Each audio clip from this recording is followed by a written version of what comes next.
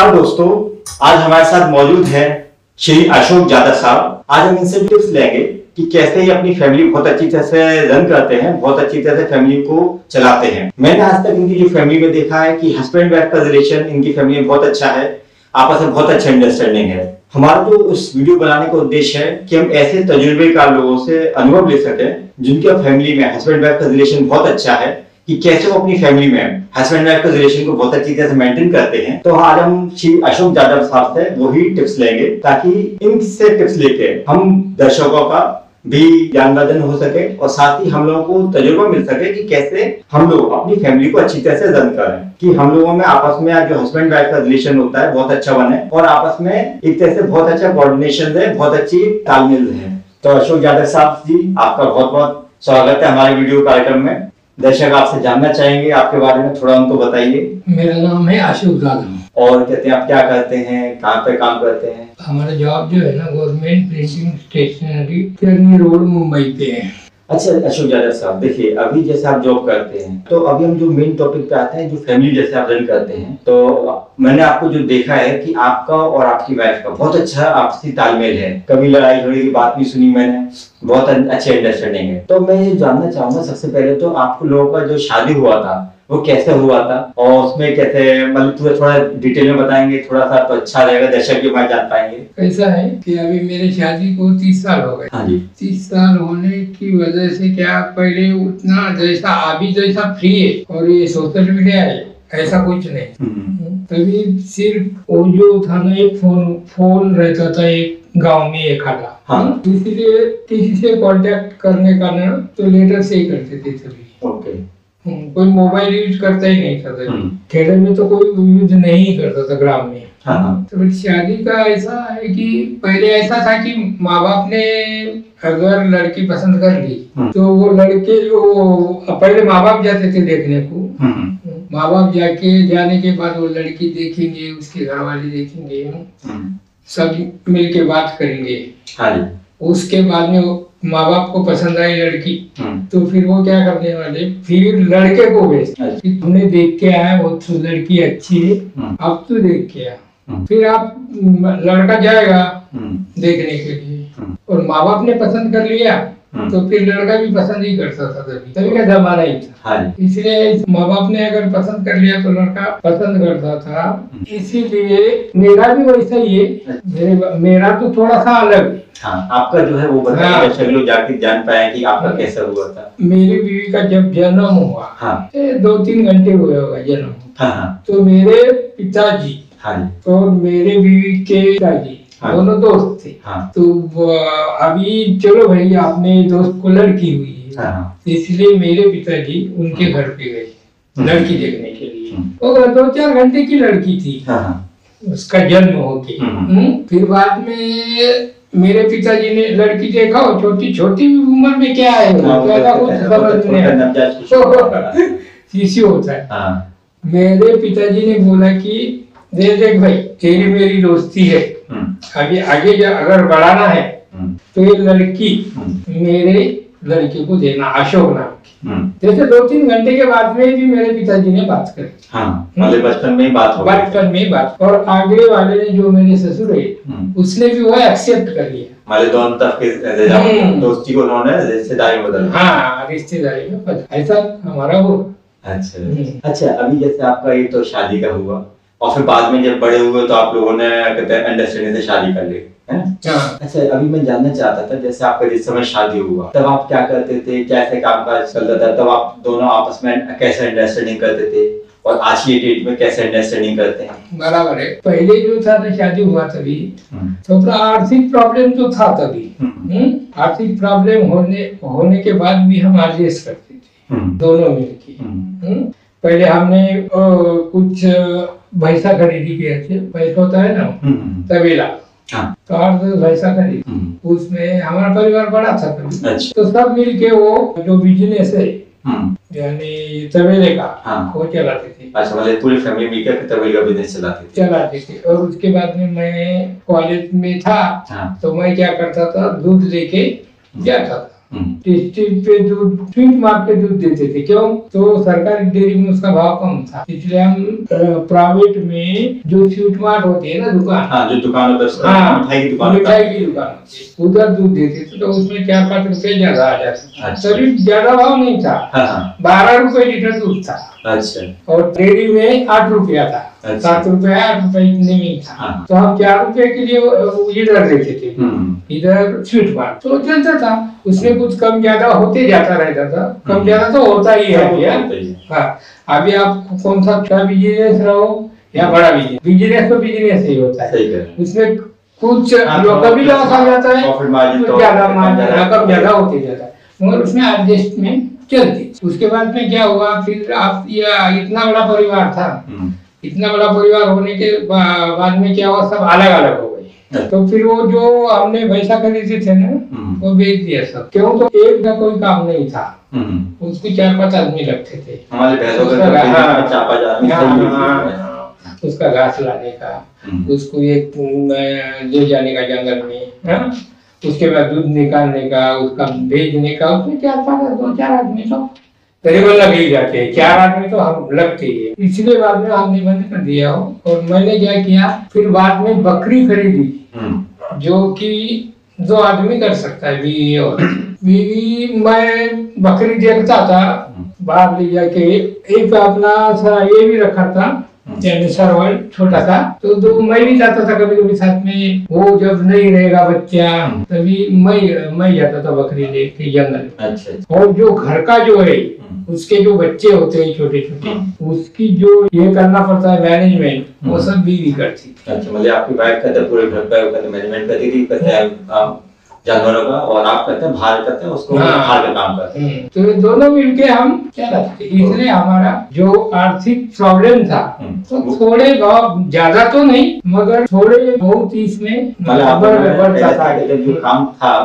वो husband wife दोनों ही कर देते, तो दोनों एक दूसरे को समझ रहे थे कि वाइफ को भी समझ में आ रहा था कि हस्बैंड जो काम कर रहा है उससे कितना अर्निंग हो रहा है, हस्बैंड को भी पता चल रहा था कि वाइफ भी कहते सपोर्ट कर रही है। तो पहले स्टार्टिंग से ही आप दोनों एक दूसरे को करते सपोर्ट कर रहे थे, स्टार्टिंग से अपने वर्क में। इसमें जो मेन बात है नोटिंग की, मेरी बीवी मेरे से ज्यादा काम करती। अच्छा, मतलब आपकी जो वाइफ, देखिए दर्शक लोग, अभी जो जादव साहब ने जो इम्पोर्टेंट बात बोला, ये खुद एक्सेप्ट कर रहे हैं कि इनकी वाइफ इनसे ज्यादा काम करती थी, नतीजा इनकी फैमिली को काफी अच्छा सपोर्ट मिलता था। वो बीवी होने की वजह से हमारा जो ये संसार का गाड़ा है ना, वो आगे चल पड़ा। बिल्कुल, यानी कि इनकी वाइफ काफी सपोर्टिंग थी, तो इसलिए इनकी फैमिली बहुत अच्छी तरह से रन कर रही थी। अगर देखिए दोस्तों, आपकी वाइफ अगर सपोर्टिंग है, आप और जो लेडीज सुन रही है वो भी अगर समझती हैं कि जब वो अपना रोल प्ले में सपोर्टिंग का काम करती है, ज्यादा से ज्यादा सपोर्टिंग का काम करती है, तो क्या फैमिली आपकी अच्छी बनती है। अच्छा, जैसे आपकी वाइफ तो आपको सपोर्ट करती थी, और आप भी घर में कुछ सपोर्ट करवाते थे क्या, घर के जैसे काम कर देते थे उसमें? हाँ, थोड़ा बहुत करता था ना, जैसे कि बाहर का नहीं काम करता था, मतलब जैसे घरेलू काम, घरेलू में मदद करना पड़ता है। क्यों? तो जब बीवी अपने को जो आदमी का काम है उसमें सपोर्ट करती है, तो आदमी ने भी लेडीज का जो घर का काम है उसमें सपोर्ट करना चाहिए, इसीलिए दोनों का तालमेल ज्यादा अच्छा बढ़ता है। देखिए दर्शक लोग, हमारे साहब ने इम्पोर्टेंट बात बोला कि जब इनकी वाइफ इनकी मदद करती थी इनके जो काम है उसमें, अर्निंग के कामों में, तो ये भी नेचुरली अपने आप वाइफ की मदद करते थे, जो घर गृहस्थी के काम है उसमें मदद करते थे। अगर आप लोगों में ये तालमेल बैठता है कि हस्बैंड और वाइफ एक दूसरे को सपोर्टिंग नेचर के साथ एक दूसरे को सपोर्ट करते हैं, एक दूसरे के कामों में, घर गृहस्थी के कामों में प्लस अर्निंग के कामों में, तो डेफिनेट मानिए कि हम चीज ज्यादा साफ से सीख सकते हैं कि कैसे आप लोगों में, हस्बैंड वाइफ में कितना अच्छा तालमेल बनेगा कि आपसी बहुत अच्छा सामंजस्य बन जाएगा और आपस में एक दूसरे के प्रति लगाव भी आ जाएगा। अच्छा दादा साहब, ये तो बात आपको उस समय कर रहे हैं, आज की डेट में भी आप, मैं जैसे देखता हूँ कि आप में और आपकी वाइफ में बहुत अच्छी अंडरस्टैंडिंग है, लड़ाई झगड़े की कोई बात ही नहीं आती, बल्कि एक दूसरे से बहुत अच्छी तालमेल वाली चीज चलती रहती है। तो आज की डेट में आप क्या क्या चीजें करते हैं, आपकी वाइफ क्या क्या चीजें करती है कि आप आज की डेट में भी आप दोनों में बहुत अच्छी अंडरस्टैंडिंग है? वो क्या है, उसके बाद में क्या हुआ, अभी मैं ये सब काम करके भी मैं पढ़ाई करता, यानी चाहे MPSC रहो, महाराष्ट्र शासन का कोई भर्ती रहो, के बारे में स्पर्धा परीक्षा जो होती है उसमें कॉम्पिटिशन एग्जामिनेशन, उसका मैं स्टडी भी करता काम करते करते। उसके बाद में ऐसा करता करता मेरे को छोटी मोटी सर्विस लग गई। तो गवर्नमेंट का सर्विस मिलने के बाद में क्या हुआ, थोड़ा हमारा फाइनेंशियल जो बजट था ना वो अच्छा बढ़ गया, इसलिए पहले से भी ज्यादा तालमेल अच्छा बनने लगा। यानी कि आपको जब जॉब लग गया, पहले आपका खुद का भाग था लेकिन वहाँ पर अर्निंग थोड़ा कम था, लेकिन जब आप गवर्नमेंट जॉब में आ गए तो आपका अर्निंग बढ़ गया, सैलरी बढ़ गया, तो सैलरी बढ़ने के बाद आप में और आपकी वाइफ में अंडरस्टैंडिंग और ज्यादा अच्छा हो गया। अच्छा, आज की डेट में आपकी दिनचर्या क्या है, आपकी वाइफ की दिनचर्या क्या है? वाइफ तो सुबह 5 बजे उठ जाती है, 5 बजे उठ के सब डब्बा वाबा बना के रेडी करके मेरे बैग में डाल देती है। बाद में 6 बजे मेरे को उठाती, 6 बजे में उठने के बाद अपना रेडी होके अपना जो वो सब नहाना धोना से सब करके रेडी होके अपना कुछ पाठ पूजा करने का सुबह में। और अपना क्या है, अभी अप डाउन का ये बम्बई की बात है, अप डाउन थोड़ा ज्यादा है, मुंबई की बात है। हम मुंबई में तो अपन रह नहीं सकते, वहाँ का रेंट ज्यादा है, इसलिए थोड़ा दूर रहने के कारण वजह से फिर सब रेडी होके सुबह 7:30 बजे मैं घर से निकल जाता हूँ। देखिए दोस्तों, मैं ज्यादा साहब को थोड़ा इंटरप्ट कर रहा हूँ। एक बहुत इंपॉर्टेंट पॉइंट आया है हस्बैंड और वाइफ के रिलेशन का। अगर ये 6 बजे जगते हैं, यानी कि इनको वाइफ जब 6 बजे जगाती हैं, उससे पहले ही 5 बजे वो खुद उठ के खाना पीना पूरा लंच बॉक्स ला के रेडी वेडी कर देती हैं, ताकि इनके जागने के समय में इनको पूरी सहूलियत रहे, इनको कोई दिक्कत नहीं आए। यानी कि वाइफ का डेडिकेशन हस्बैंड के लिए पहले से स्टार्ट हो जाता है, यानी पहले से उनकी प्रिपरेशन शुरू हो जाता है। जब पहले से प्रिपरेशन वाइफ करने लगती है तो हस्बैंड को कोई दिक्कत नहीं आता। देखिए दोस्तों, अगर वाइफ आपकी डेडिकेटेड है, और जो खासतौर से जो लेडीज सुननी है वो भी अगर समझती हैं कि जब हस्बैंड को काम पे जाना है तो वाइफ पहले से ही तैयारी कर देती है, यानी अपना काम पहले से तैयार कर लेती हैं, तो हस्बैंड वाइफ का रिलेशन तो आराम से चलने वाला है। क्योंकि जब हस्बैंड को जाना है, खाना मिल रहा है, समय पे मिल जाएगा, तो कोई दिक्कत वाली बात ही नहीं आएगी। कभी मनमुटाव की लड़ाई झगड़े वाली बात आने के चांसेस नहीं बन रहे, क्योंकि हस्बैंड वाइफ पहले से ही सब कुछ रेडी करके दे रही है, यानी वाइफ अपना पार्ट पूरी डेडिकेटेडली निभा रही है। ऐसे अगर यादव साहब की बात करें तो यादव साहब को ड्यूटी जाना है, वो ड्यूटी के टाइम पर उनकी वाइफ ने उठाया, फिर वो तैयार हुए, चल दिए। क्योंकि ये इनको लंबा ट्रैवलिंग टाइम कवर करना पड़ता है अपने जॉब पे जाने के लिए, तो ये थोड़ा पहले निकलते हैं। फिर भी दोनों में अंडरस्टैंडिंग है, तो पूरी स्टार्टिंग से ही, दिन की शुरुआत से ही बहुत आराम से स्मूथली चीजें चलने लगती है। हालांकि एफर्ट्स लगते हैं, लेकिन दोनों में से कोई भी एफर्ट में कोई कोताही नहीं बरतता। दोनों आपस में ऐसा नहीं बोलते कि मैं एफर्ट नहीं कर रहा है, मैं एफर्ट नहीं कर रही। दोनों में बहुत अच्छे एफर्ट्स होते हैं। नतीजा दोनों का ही फैमिली में जो अंडरस्टैंडिंग हस्बैंड वाइफ का बहुत अच्छा है।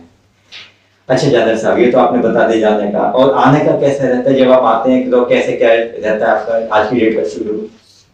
आने का जो ऑफिस का टाइम होता है ना, तभी छुटने के बाद आने का 1-1.5 घंटा तो जाता है। फिर आने के बाद में थोड़ा फ्रेश होने का, फ्रेश होने के बाद में क्या हो जाता है, अपन फ्रेश होके जैसे बैठते वैसे ही बीवी चाय लेके दे देती है, तो दिन भर का जितना काम किया ना अपन वो सब खत्म हो जाता है। वही गरम गरम लाके ऐसा हाथ में रख दिया, तो आप कितना भी काम करके आओ उधर से, तुम्हारा जो थकान है ना सब निकल जाती है, दिल से निकल।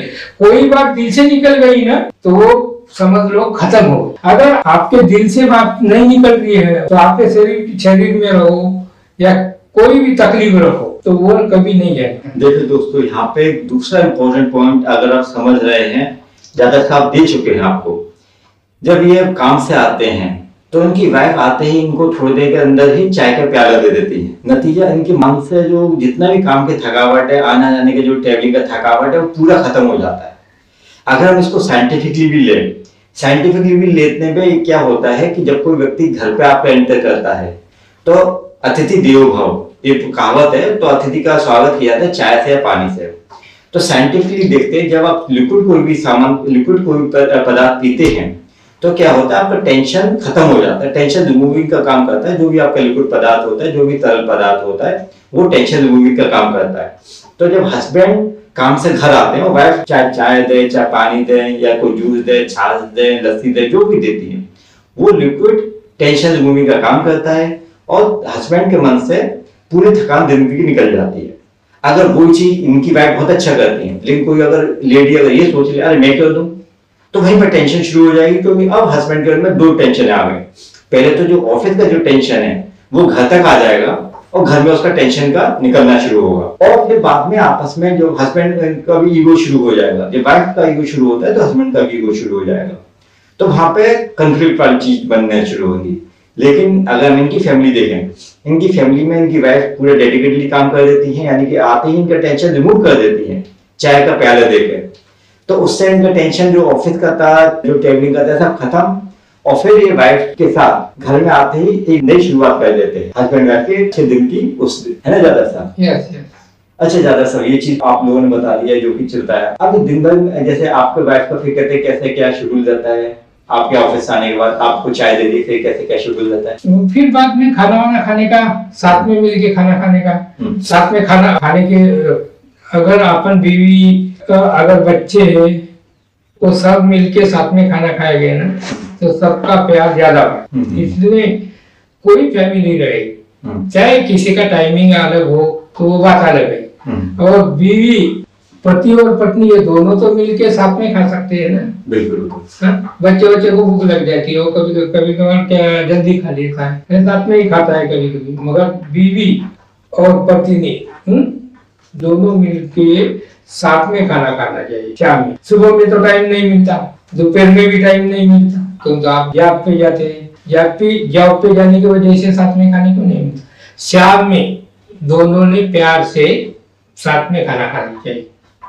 इससे बीवी का प्यार बढ़ता और उसका जितना दिन भर का काम किया है ना, उसका थकान दूर होता है साथ में खाना। देखिए दोस्तों, बहुत इंपॉर्टेंट पॉइंट दे दिया जादव साहब ने। वो चीज बता दी जिससे हस्बैंड वाइफ में और अच्छा रिलेशन बनता है। इन्होंने अपने तजुर्बे से बता दिया कि जब दोनों हस्बैंड वाइफ साथ में खाना खाते हैं, मैं तो कहूंगा पूरी फैमिली को साथ में खाना खाना चाहिए। लेकिन अगर मान लीजिए बच्चे लोगों के पास टाइम नहीं मिल रहा है किसी भी कारण से, तो हस्बैंड वाइफ को तो साथ में खाना खाना ही चाहिए शाम को एटलीस्ट। तो जब व्यक्ति शाम को एक साथ खाना खाता है, दिन में जितनी बार ज्यादा बार एक बार साथ खाना खाते हैं, तो उस रिलेशन में, उस फैमिली में बहुत अच्छा तालमेल बनना शुरू हो जाता है, आपसी अंडरस्टैंडिंग शुरू हो जाती है, आपस में एक दूसरे के प्रति लगाव और प्यार बढ़ना शुरू हो जाता है। ये तजुर्बा जो जादव साहब ने बताया बहुत इंपॉर्टेंट तजुर्बा है। अगर दोस्तों आप अपनी फैमिली में ये तजुर्बा अप्लाई कर देते हैं, यानी कि अगर आप अपनी फैमिली में एक साथ बैठकर खाना खाते हैं, तो आपको ज्यादा पैसे खर्च करने की जरूरत नहीं। आप चाहे दाल रोटी खाएं, चाहे पनीर खाएं, चाहे कुछ भी खाएं, लेकिन आप साथ बैठ के खाते हैं तो आपस में बॉन्डिंग फैमिली बहुत अच्छी बनती है। ये दोस्तों यहाँ पे जादव साहब ने जो बताया, मैं आपको एक छोटा सा उदाहरण देना चाहूंगा। ये बात एक बार एक इंटरव्यूअर ने, जो विश्व के सबसे अमीर आदमी है, उसमें दूसरे नंबर का जो आदमी है, उनसे पूछा गया था, तो उनकी पत्नी ने भी ये जवाब दिया था कि हमारी पूरी फैमिली एक साथ खाना खाती है, मोबाइल सब साइड में कर देते, उस समय कोई मोबाइल टच नहीं करता, कोई कुछ नहीं करता, कोई बात भी नहीं करता काम की, आराम से सब पूरी फैमिली साथ में बैठ के फैमिली की तरह से खाते हैं। नतीजा आज की डेट में भी उनकी फैमिली में भी 30 साल से ऊपर है, वो लोग भी अच्छी तरह फैमिली चला रहे हैं। हमने जादव साहब से भी वही चीज सुनी कि फैमिली में खाना खाते हैं साथ में, तो वाइफ में भी प्यार बढ़ता है, हस्बैंड में भी प्यार बढ़ता है, आपस में रिलेशन स्ट्रॉन्ग बनता है। दोस्तों ये चीज सिंपल है, आप ये भूल जाइए आप अमीर हैं, गरीब है, मिडिल क्लास है, किस क्लास के हैं, क्या फैमिली स्ट्रक्चर है, क्या पैसे का स्ट्रक्चर है, वो सब भूल जाइए। लेकिन आप ज्यादा कुछ नहीं, कम से कम साथ में बैठ कर तो खाना खाइए, साथ में प्यार से बैठ कर खाना खाइए। ये तजुर्बा, ये कहते टिप्स जादव साहब से ले लीजिए और आपकी फैमिली बहुत अच्छी बन जाएगी। हाँ जादव साहब, ये जो आपने बहुत इंपॉर्टेंट टिप दी है। अच्छा, अब हम आते हैं और कोई भी आप कहते हैं, जैसे मान लीजिए जैसे इसके बाद खाना खाने आता है तो कहते सोने वाने का शेड्यूल हो जाता होगा, है ना? और रेगुलरली। हाँ, अच्छा ये चीज तो आपका हो गया। अभी मुझे थोड़ा ये बताइए, जैसे मान लीजिए जो फाइनेंशियल है, तो फाइनेंशियल को आप कैसे मैनेज करते हैं? हाँ जादव साहब, अभी मुझे थोड़ा ये बताइए, जैसे आपको पास जो पगार आती थी या आती है, उसमें आप दोनों कैसे फाइनेंशियली मैनेज करते हैं, कैसे अपने पैसों को व्यवस्थित करते हैं? फाइनेंशियली कैसा होता है, कभी सबका फाइनेंशियली जो होता है ना समान तो नहीं होता है, अलग अलग होता है, किसी के पास ज्यादा होता है, किसी के पास कम नहीं। मगर पति और पत्नी ने दोनों मिलके उसमें तालमेल रखा ना, तो कम पैसे में भी तुम्हारी फैमिली अच्छी तरह से चला सकते हो।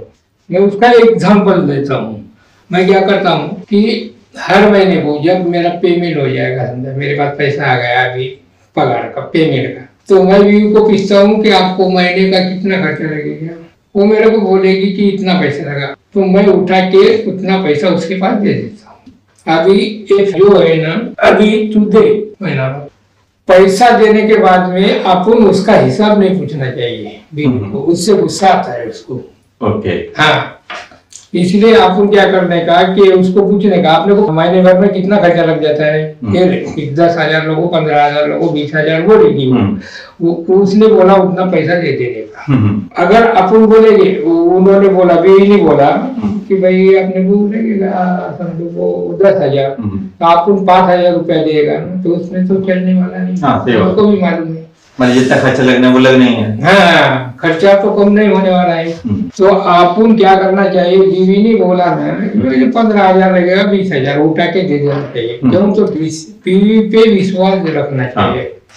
इसी पे बीवी पे जितना तुम विश्वास रखोगे उतना तुम्हारा फैमिली अच्छा चले। अगर तुम अविश्वास करते हो, बीवी पे विश्वास नहीं करते हो, तो कुछ झगड़ा वगड़े यानी कुछ प्रॉब्लम तो आता ही है। इसलिए मैं क्या करता हूँ कि बीवी ने जो बोला उतने पैसे दे देता हूँ, महीना भर तू देख ले। और कम ज्यादा होगा, कभी कम हो जाए, कभी ज्यादा हो जाता है। तो ज्यादा होने वाले पैसे बीवी बचा के रख देती है। और जब कम होगा, आपने पैसा दिया और कम हुआ, बोली कि भाई नहीं अभी ये है ना कि पैसा और थोड़ा चाहिए, कुछ काम बढ़ जाते हैं ना, काम का सामान थोड़ी होते हैं, हर महीने में सामान नहीं होते। कोई बीमार हो गया, कोई किताब खरीद ली, कुछ हो जाता है, कोई मेहमान आ गए, कोई कपड़े वपड़े खरीदिए किसके लिए, इसलिए उसमें कम ज्यादा हो जाता है। इसीलिए जब बीवी ने बोला ना कि भाई और पैसे होना चाहिए, तो दे देना चाहिए।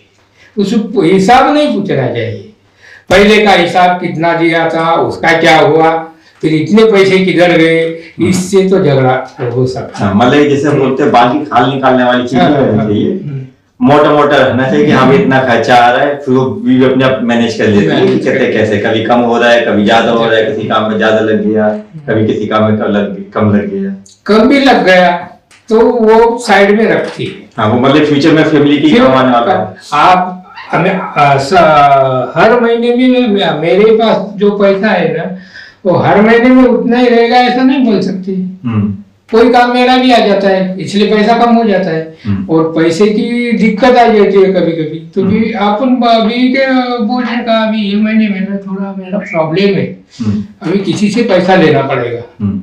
तो उसी टाइम बीवी क्या करती है, फैमिली में और पति और पत्नी में अगर तालमेल रहा ना, तो बराबर बीवी ना जो उसने पैसे बचाए खुद जाके कपाट में से निकाल के किसने लग रहे हैं, इसलिए वो क्या होता है, उससे फैमिली अच्छी तरह से आगे चलती है ना। सही बात। इसलिए अपन जितना पैसा दिया ना उसका कोई हिसाब नहीं रखना चाहिए, दिया ना तू तेरे हिसाब से देख रही। सही। तो देखिए दोस्तों, हमारे ज्यादा साहब ने एक इम्पोर्टेंट बात बोला जो फाइनेंशियल प्लानिंग फैमिली होती है उसमें, कि फैमिली में हस्बैंड यानी ज्यादा साहब अपनी वाइफ को पैसा दे देते हैं, उनसे पूछे कि इस महीने कितना खर्चा लगने वाला है, और एक बार देने के बाद फिर वो ये नहीं पूछते कि तुमने इसमें खर्च किया उसमें खर्च किया, ज्यादा मीन वेक नहीं निकालते, मोटा मोटा वाइफ ने बताया, मोटा मोटा उन्होंने दे दिया। फिर बाद में कभी देखिए इन्होंने ये भी एक्सेप्ट किया कि किसी महीने कम होता है, किसी महीने ज्यादा होता है खर्चा। कोई फैमिली में कभी कोई बीमार पड़े तो ज्यादा खर्चा हो जाता है, किसी महीने कोई सब कुछ सही रहा तो कम खर्चा होता है। तो जब कम खर्चा होता है तो उनकी वाइफ उठा के पैसे को एक जगह रख लेती है, और बाद में यानी कि फैमिली के यूज होने वाला है। और कभी मान लीजिए हस्बैंड का ही कहते हैं कुछ सैलरी का प्रॉब्लम रहा, या कहते हैं कुछ खर्चा हस्बैंड का ही बाहर के जो एक्सपेंसेस होते हैं उसमें ज्यादा हो गया, तो ये बता देते हैं अपनी वाइफ को कि कहते हैं ऐसा खर्चा इस बार में ज्यादा है बाहर का, तो मेरे पास पैसे कम दे पाऊंगा फैमिली में।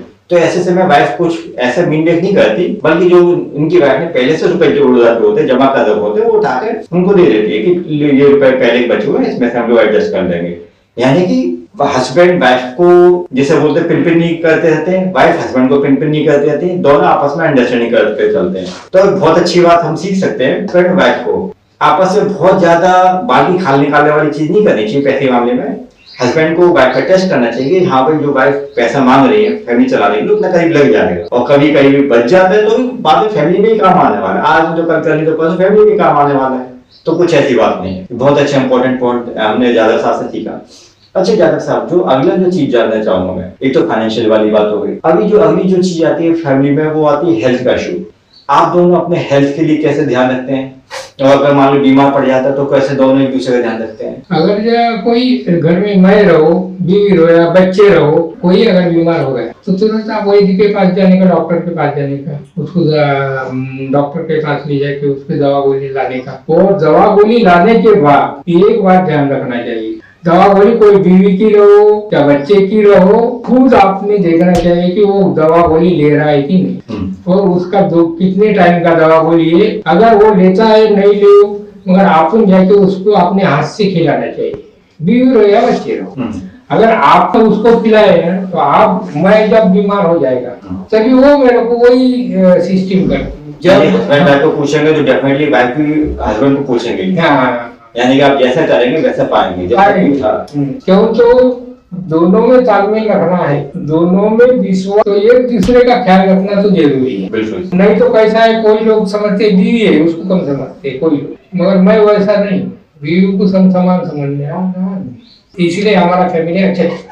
सही, अच्छी बात है। देखिए दोस्तों, हम लोग ज्यादा साथ जो हेल्थ के मामले में, जो बीमार पड़ने वाले मामले में जो सीख सकते हैं वो ये कि अगर मान लीजिए वाइफ बीमार पड़ती है तो हस्बैंड वाइफ का ध्यान रखते हैं। नतीजा, जब हस्बैंड बीमार पड़ते हैं तो वाइफ नेचुरली अंदर से इंस्टिंक्ट आ जाती है कि कहते वाइफ को अपने आप हस्बैंड का ध्यान रखने लगती है, क्योंकि वाइफ ने देखा होता है कि हस्बैंड ने वाइफ का ध्यान रखा है और दवाई खुद लाई है, तो वाइफ खुद अपने आप से वाइफ हस्बैंड का ध्यान रखने लगती है।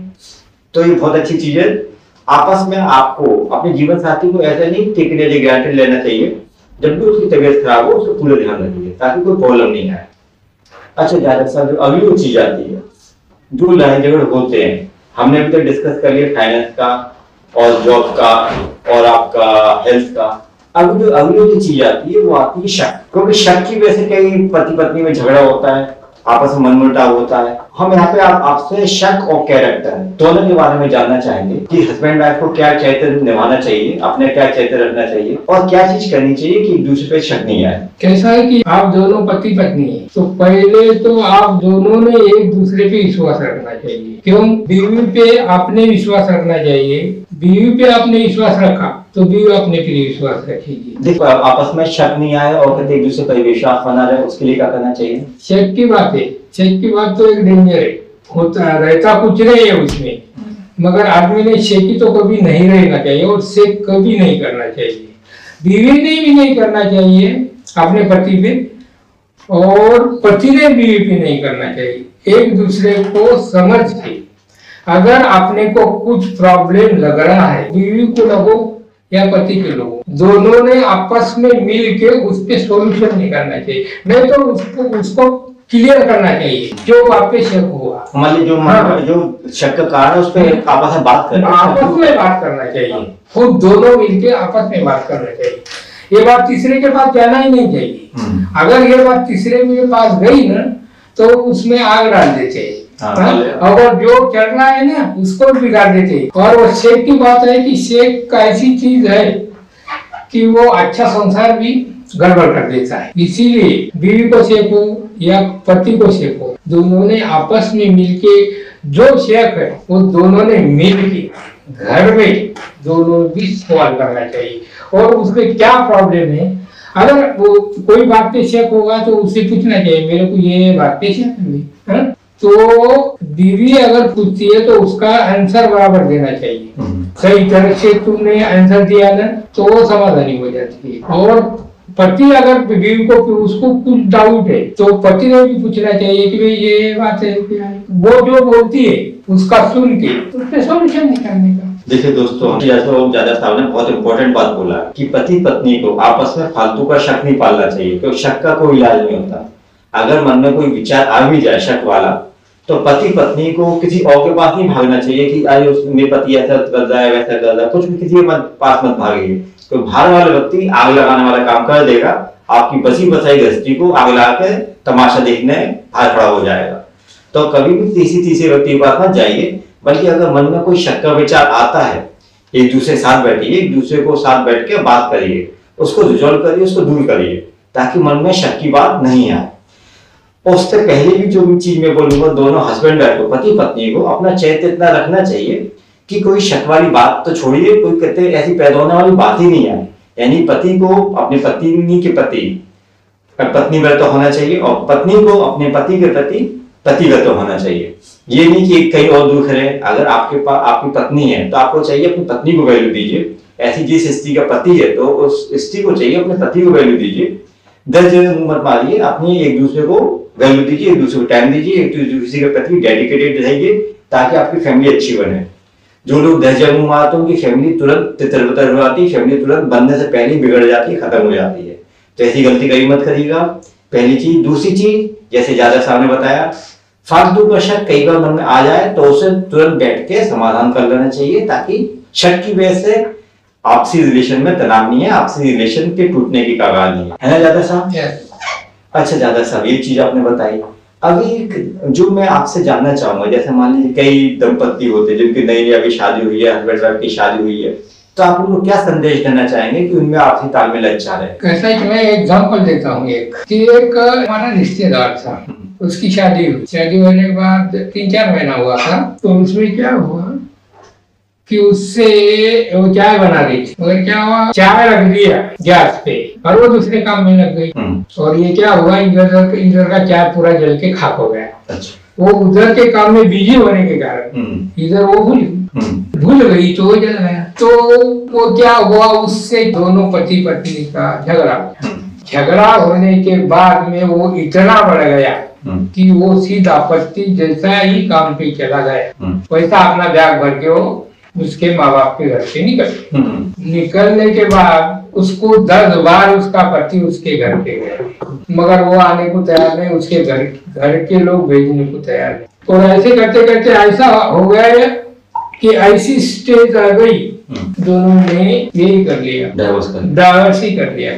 बात तो छोटी थी, चाय जलने की। पति ने भी जाके समझाया कि हो गया होगा और मेरे से भी गलती हो गई होगी, कि मैं भी खुद आपको गाली गलौज कर दिया होगा, मगर अभी दोबारा नहीं करूंगा। मगर इससे क्या है कि अपना संसार जो है ना अच्छा है, थोड़ी सी चाय के लिए नहीं टूटना चाहिए। मगर पत्नी ने माना नहीं और उसके घर वाले ने माना नहीं, सीधा डिवोर्स है। तो मैं बोलता हूँ कि एक आधी छोटी घटना के लिए इतना बड़ा ये कदम नहीं उठाना, इसमें सॉल्यूशन निकाल के दोनों ने मिल के, यानी अगर दोनों से नहीं होता है तो आपने 2-4 रिश्तेदार देके एक जगह पे बैठ के आपने 2-4 रिश्तेदार, लड़की के रिश्तेदार मिलके उसमें जो प्रॉब्लम है ना वो सॉल्व करना चाहिए। देखिए दोस्तों, यहाँ पे ज्यादा साहब ने इम्पोर्टेंट चीज बताई कि फैमिली में छोटी मोटी बातें होती रहती है। अगर आप राई को पहाड़ बना देंगे तो दिक्कत आ जाएगी, यानी कि आप चिंगारी को पूरे घर को आग लगाने वाली चीज कर देंगे तो दिक्कत आ जाएगी। आपको चाहिए कि आपकी फैमिली में जो छोटी मोटी बातें होती रहती है उसको नजरअंदाज कर दीजिए। अगर पत्नी से कोई छोटी मोटी गलती हो गई तो आप उसको राई का पहाड़ मत बनाइए। अगर आप लेडी हैं, आपको पति से कोई छोटी मोटी गलती हो गई तो आप उसको राई का पहाड़ मत बनाइए। अगर आप राई का पहाड़ बना देंगे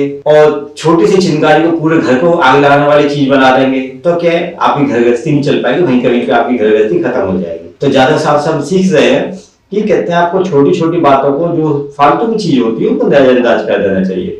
यहाँ पे इन्होंने एक एग्जाम्पल दिया कि रिश्तेदार का, जहाँ पे हस्बैंड वाइफ ने सिर्फ एक छोटी सी चाय के लिए झगड़ा कर लिया और झगड़ा करके डाइवोर्स तक बात पहुंच गई। अगर उसी केस में हस्बैंड ने वाइफ की प्रॉब्लम समझी होती और वाइफ ने भी उस चीज को नजरअंदाज किया था कि चलो वहां भी हस्बैंड कहते किसी वजह से नहीं समझ पाए, मैं समझा देती हूँ बाद में, अब कहते उसको चलो जाने दो कर देती, तो क्या है वो प्रॉब्लम नहीं आती। लेकिन यहाँ पे अगर हम चीज देखते हैं तो वाइफ मायके गई, अगर वाइफ के मायके वाले भी समझदार होते, उन्होंने भी समझाया होता कि छोटी सी बात है जाने दो, अगर वैसे करके समझाया होता तो वो डाइवोर्स तक बात नहीं पहुंचती। लेकिन यहाँ पे हम जो इस एग्जाम्पल से देख सकते हैं, जो उन्होंने एग्जाम्पल बताया कि वाइफ के मायके वालों ने भी ईगो फैक्टर रखा। और दोस्तों, अहंकार घमंड तो रावण का भी नहीं रहा। तो अगर आप साधारण इंसान होकर घमंड रखेंगे तो आपकी फैमिली तो टूटनी है। तो कभी घमंड मत रखिए, ईगो फैक्टर साइड में रख दीजिए। हस्बैंड वाइफ के रिलेशन में एक दूसरे को इंपॉर्टेंस दीजिए। अपना ईगो फैक्टर रखेंगे तो परवाह नहीं बनेगा, अपना ईगो फैक्टर नहीं रखेंगे, एक दूसरे को वैल्यू देंगे तो आपका परवाह बनेगा, परवाह अच्छी तरह चलेगा। ज्यादा साथ सही बात है ना? एकदम राइट। हम लोग देखिए दोस्तों, ज्यादा साथ से काफी चीजें सीख सकते हैं अगर आप सीखना चाहें। मैंने आज तक इनके और उनकी वाइफ को बहुत अच्छे अंडरस्टैंडिंग के साथ देखा है, कभी लड़ाई झगड़ा नहीं देखा, आपस में बहुत अच्छी अंडरस्टैंडिंग। अगर आपके घर में लड़ाई झगड़ा होता है तो आप इनसे कई चीजें सीख सकते हैं कि कैसे कई चीजें वो नहीं करनी जिससे लड़ाई झगड़ा हो रहा है, वो चीजें नहीं करेंगे तो अपने आप लड़ाई झगड़ा बंद हो जाएगा। इनसे वो चीज भी सीख सकते हैं कि कैसे ये अंडरस्टैंडिंग रखनी है ताकि फैमिली में आपस में हस्बैंड वाइफ का रिलेशन अच्छा है। हाँ, एक चीज और जानना चाहूंगा, जैसे ईगो फैक्टर वाली बात आई, तो ईगो फैक्टर आपका और आपकी वाइफ के बीच में आप लोग कैसे ईगो फैक्टर को फैमिली के बीच में नहीं आने देते? जैसे कई फैमिली में हस्बैंड और वाइफ में होता है कि वाइफ बोलेगी अच्छा इसने मुझसे ये कैसे बोल दिया, हस्बैंड बोलेगा कि अच्छा इसने मुझसे ये कैसे बोल दिया, या उसके घर वालों ने कैसे बोल दिया, उसके घर वालों ने कैसे बोल दिया, आप उस चीज को कैसे दरकिनार कर देते, ईगो फैक्टर को कैसे बीच में नहीं आने देते? ईगो फैक्टर का एक टाइम होता है, ईगो फैक्टर का एक टाइम होता है। आपकी शादी होने के बाद 2-3 साल, 4 साल, 5 साल, तो अगर आपको बच्चे हो गए तो ईगो फैक्टर वहां से अपने आप खत्म हो जाता है। मगर आपने 4-5 साल ईगो नहीं रखना चाहिए। आप खुद नहीं रखेंगे तो बीवी भी नहीं रखेंगी। बीवी ने ईगो फैक्टर नहीं रखना चाहिए और उसके पति ने नहीं रखना चाहिए। क्यों नहीं रखना चाहिए मालूम है? ईगो फैक्टर अगर रखेगा, बीवी ने रखा तो पति उससे ज्यादा रखेगा, पति ने रखा बीवी उससे ज्यादा रखेगी, ईगो तो वो बढ़ते जाएगा। इसीलिए जो शादीशुदा आदमी है 4-5 साल तो ईगो फैक्टर थोड़ा संभाल के रहना चाहिए। अगर तुम्हारे 4-5 साल निकल गए ईगो फैक्टर में, तो बाद में तुम कौन सा ही फैक्टर यूज किया तो कुछ भी फर्क नहीं पड़ता। आपने शादी को टाइम हो गया, 5 साल बढ़ गए, तो बीवी ने ईगो भी अगर एक आधी बात का कर दिया तो तुम नजरअंदाज कर देते, और पति ने भी एक आधा बात का ईगो कर दिया होगा तो बीवी क्या करती है, उसको छोड़ देती है, ये चलते रहता है बोलती है। इसीलिए ईगो फैक्टर का कुछ पीरियड होता है। इसलिए ईगो अपना वो टाइम में थोड़ा सेफ्टी रहना चाहिए। वो टाइम अगर अपन ईगो का सेफ्टी रहेगी ना तो अपना फैमिली ना मरे तक अच्छा चलेगा। देखिए दोस्तों, बहुत इंपॉर्टेंट बात अशोक यादव साहब बता रहे हैं कि ये फैक्टर बीच में आने नहीं देना चाहिए। अगर वाइफ ने ये थोड़ा सा कहीं दिखा दिया तो हस्बैंड को उसको दरकिनार कर देना चाहिए, उस बात को मन पर नहीं लेना चाहिए। या हस्बैंड ने कभी ईगो फैक्टर दिखा दिया तो वाइफ को उस समय ही उस बात को अपने मन पर नहीं लेना चाहिए, उस बात को अपने मन से हटाकर साइड में कर देना चाहिए। क्या चलता है छोड़ो, जाने दो। अगर ये एटीट्यूड रखेंगे तो आपका हस्बैंड और वाइफ का रिलेशन बहुत अच्छा रहेगा। अच्छा यादव साहब, ये आपने जितनी टिप्स दी, जानकारी दी, ये तो मैंने आपसे नए हस्बैंड वाइफ के लिए पूछी है। ऐसे कई हस्बैंड वाइफ हैं जहाँ पे अंडरस्टैंडिंग अच्छी नहीं होती है, तो आप उनको क्या संदेश देना चाहेंगे कि उन हस्बैंड वाइफ जहाँ पे अंडरस्टैंडिंग अच्छी नहीं, आपस में झगड़े हो रहे हैं, कि कैसे वो लोग अपनी अंडरस्टैंडिंग अच्छी करें, आपस में झगड़े दूर करें, आपस में प्यार से रहने लगे? आप उनको क्या संदेश देना चाहेंगे? अंडरस्टैंडिंग के 2 ही प्रॉब्लम है बड़े, एक फाइनेंशियल प्रॉब्लम है और एक शक का प्रॉब्लम है सर, एक दूसरे पे शक। इसीलिए फाइनेंशियल प्रॉब्लम में क्या होता है, कभी कभार किसके पास पैसे ज्यादा होता है, किसी के पास कम होता है, मगर कम पैसे में भी घर चलता है और ज्यादा पैसे में भी घर चलता है। मगर थोड़ा खाने में रहने में थोड़ा बहुत कम ज्यादा होता है पैसा कम होने की वजह से, और जिसके पास ज्यादा है वो थोड़ा ज्यादा खर्चा कर देता है। इसलिए फाइनेंशियल प्रॉब्लम में थोड़ा दोनों में मिल के प्रॉब्लम को सॉल्व करना चाहिए और आगे निकलना चाहिए।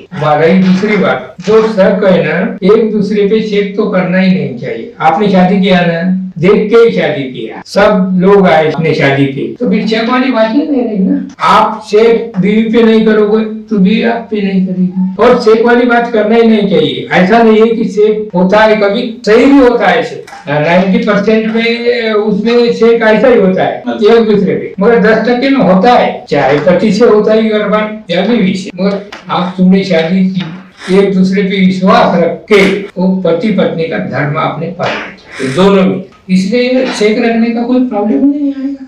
देखो दोस्तों, अगर आप में हस्बैंड वाइफ में रिलेशन में थोड़ा सा मनमुटाव चल रहा है तो आप इन ज्यादा सामने जो चीज बताई आप उसको अप्लाई कर सकते हैं। इन्होंने बताया कि 2 मेन कारण होते हैं हस्बैंड वाइफ के रिलेशन में जब झगड़े होते हैं, एक तो पैसे की बात पे और दूसरा शक की बात। तो अगर पैसे की बात पे यहाँ पे हस्बैंड वाइफ दोनों आपसी अंडरस्टैंडिंग के साथ रहते हैं, यानी जितना पैसा पर हस्बैंड कमा के ला रहे हैं उसमें दोनों आपस में मिलजुल के संभाल के करते हैं तो पैसे की वजह से झगड़ा नहीं होगा, ऐसा अशोक यादव साहब ने बताया। दूसरी चीज उन्होंने बताई कि शक जो होता है 90% केस में शक बेबुनियादी होता है, उसमें कुछ आधार नहीं होता। सिर्फ 10% केस में ही कुछ आधार होता है, 90% में नहीं होता। तो आप जो भी चीज है उसकी तह तक जाइए, फालतू का शक मत पालिए, बेबुनियादी शक मत पालिए। जो है उसको जब तक पता कर लीजिए, पता करने के बाद 10% वाली चीज है तो उसको वहीं के वहीं पे वैसे डील करिए। लेकिन 90% क्योंकि बेबुनियादी होता है तो बेबुनियादी की शक की वजह से आपका हस्बैंड वाइफ का रिलेशन खराब नहीं होना चाहिए, ठीक है ना यादव साहब? तो ये तो बहुत इंपॉर्टेंट चीज थी, और बाकी भी हमने श्री अशोक यादव साहब से काफी कुछ सीखा परिवार चलाने के मामले में। उम्मीद करता हूं दोस्तों